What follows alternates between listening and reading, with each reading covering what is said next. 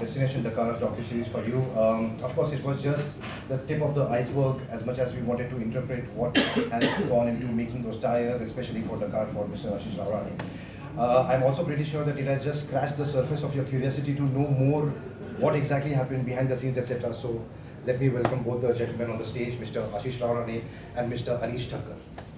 Thank you.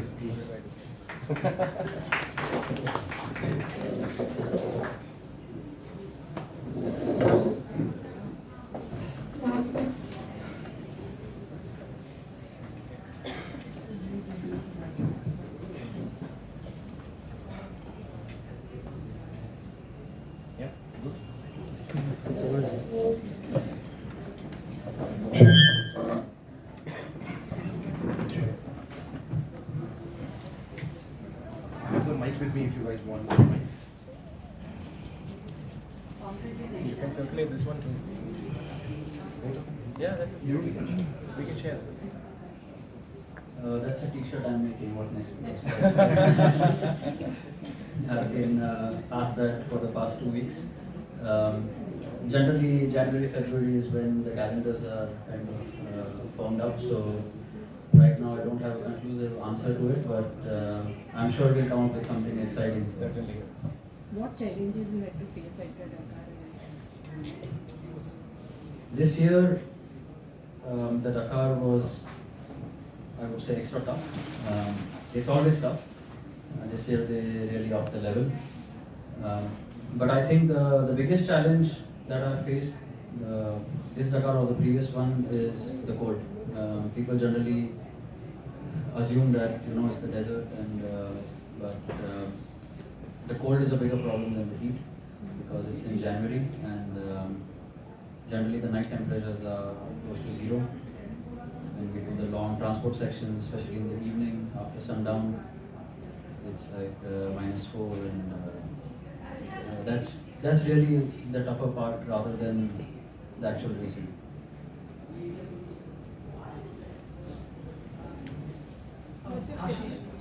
What's your fitness regime?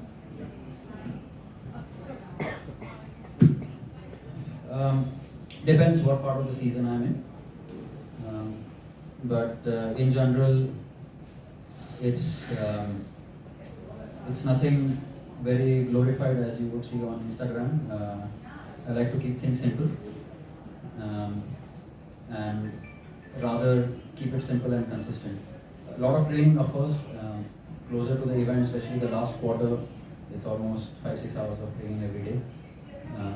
This, what I would say, is kind of the off season. It's maybe 2 hours. But as a rally racer, we need to work on a lot of things because it's not rally racing really demands a lot. So it's endurance, you need strength, you need mental endurance as well, and then you have, of course, your motorcycle training. So each has its place, but as the season progresses and where we are in the year, closer to the races, it's more on bike. Off season, it's more off bike. So it kind of changes through the year. He's just oversimplified it. It takes another level of dedication and commitment altogether. Underneath is all sculpted, so That's been Yeah. visible for the last half decade, so there's absolutely like Most important is not eating pizza. I know. We went out for lunch and he was This Pizza Express right there. Yeah, I was there 2 hours ago, but I didn't eat the pizza. They even, parking and pizza don't go together really well, so you should take that opportunity. great. So, Ashish, my question was that you got injured last time. So, what has been your, have you fully recovered, and despite that, or if you have or have not, you still gone ahead with this? So, was that a challenge as well? Were there limitations because of your collarbone injury? No, not really. The collarbone injury is past me. It's the most common injury in motorsport. I'm lucky to have just broken it once.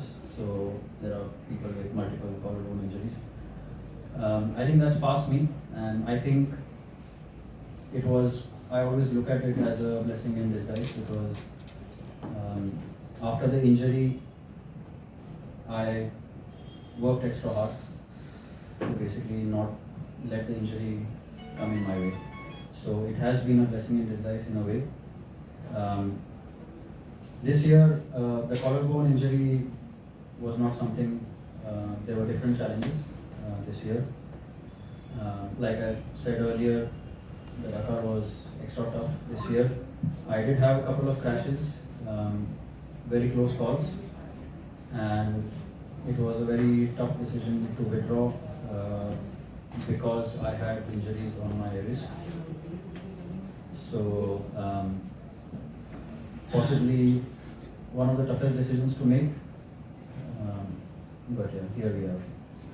Can you elaborate about the motor vehicle which you are using at present, and how what things are gone into upgrading it so far? And So most of us privateers use the KTM Rally Replica, which is a 450cc engine made for rally racing.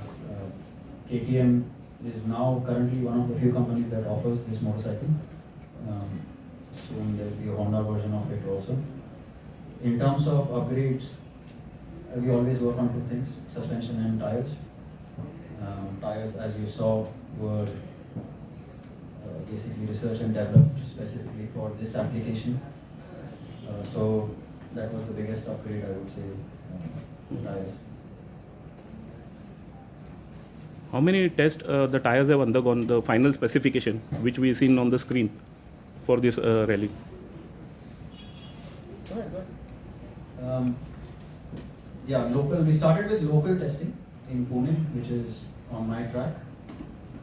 Then we had the Spain round, Baharagon. After that, Jaisalmer. Then Morocco, Rally to Morocco. Till we had the final iteration. But these were, I would say, just the phases of testing. I've been running these tires throughout, like pretty much every day. Mhm. So there's a continuous feedback loop on what changes to be made. But essentially these were the bigger goalposts. You're told that the climate has been a challenge. So how do you overcome these challenges in climatic conditions, different climatic conditions, especially the cold? Yeah, there's really no way around it, especially for us who come from tropical climates. It's very difficult to get acclimatized that quick. Also, the only thing then you can fall back on is here. If you keep telling yourself it's cold and miserable, you will be cold and miserable. If you tell yourself, this is what it is and this is what we signed up for, things get a little bit easier. So I suppose acceptance works better than a sweater. So can you tell us about how much the tires rank now in compared to the world market? Sure. Well, honestly, by virtue of our technological joint venture with Mitas, we in fact had access to what is being chosen by a roster of their athletes who's been participating in Dakar for over decades now. However, as a homegrown Indian company, we decided to build something from scratch with Ashish, benchmarking against what has been widely chosen as one of the variants, right? So we worked extensively over 6 months, over 8 months, tested it across more than 3 continents, more than 3 countries, and extensively used it, extensively tested it across endless terrains. So we don't compare our tires against competition necessarily, but it's a true testament in itself when Ashish has used these tires and performed in Dakar 2025 and of course going forward as well. So we are very proud to be India's first company to build Dakar tires from scratch. That's a feat nobody has ever achieved so far.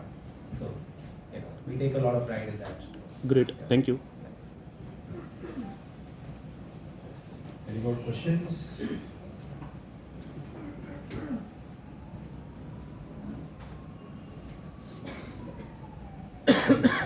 Okay, I don't see it. Yeah. You want a mic?